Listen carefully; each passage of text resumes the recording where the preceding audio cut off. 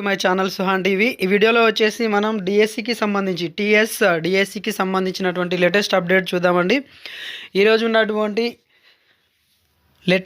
డిఎస్సికి సంబంధించిన latest update వచ్చేసి తొలి నోటిఫికేషన్ డిఎస్సి కొత్త ప్రభుత్వం కసరత్తు 10,000 పోస్టుల భర్తీకి ఛాన్స్, ఆ తర్వాతే టీఎస్పీఎస్సీ నోటిఫికేషన్స్.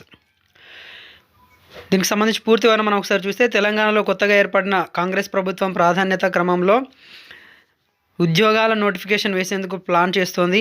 ముందుగా డిఎస్సి నోటిఫికేషన్ వేసే అవకాశం ఉంది.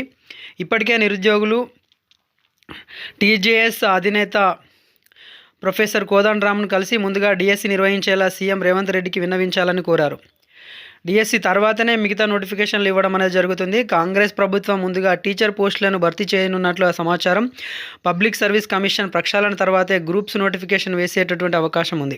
టీచర్ పోస్టులకు నోటిఫికేషన్ జారీ చేయాలంటే బదిలీలు, ప్రమోషన్స్ ప్రక్రియ పెద్ద అడ్డంకిగా మారే అవకాశం ఉంది. టెట్ లేకుండా ప్రమోషన్స్ ప్రక్రియ ముందుకు సాగే అవకాశం లేదు. ప్రస్తుత పరిస్థితుల్లో టీచర్లు ఎక్కువ సంఖ్యలో అర్హత సాధించడం కష్టమే. ఇంటర్నల్ టెట్ పెట్టాలని కోరుతున్న రూల్స్ ప్రకారం అది చెల్లదు. ఈ ప్రక్రియ జూన్ వరకు కొనసాగే అవకాశం ఉంది.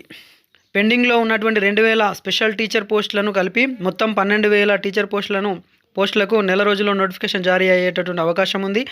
కాంగ్రెస్ పార్టీ ఎన్నికల మేనిఫెస్టోలో 2 విడతల్లో డిఎస్సి అని పేర్కొంది. ప్రమోషన్ల ప్రక్రియ పూర్తయితే మరో 10,000 పోస్టులను భవిష్యత్తులో భర్తీ చేసేటటువంటి అవకాశం ఉంది. మొత్తం మీద 10,000 పోస్టులకు అనుమతి ఇవ్వాలని విద్యాశాఖ ప్రభుత్వానికి నివేదిక పంపినట్లు సమాచారం. టెట్లో 3,50,000 మంది అర్హత సాధించారు.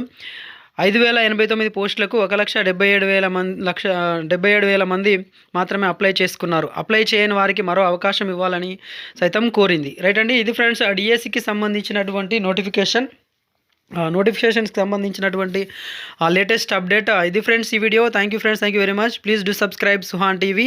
Thank you one and all.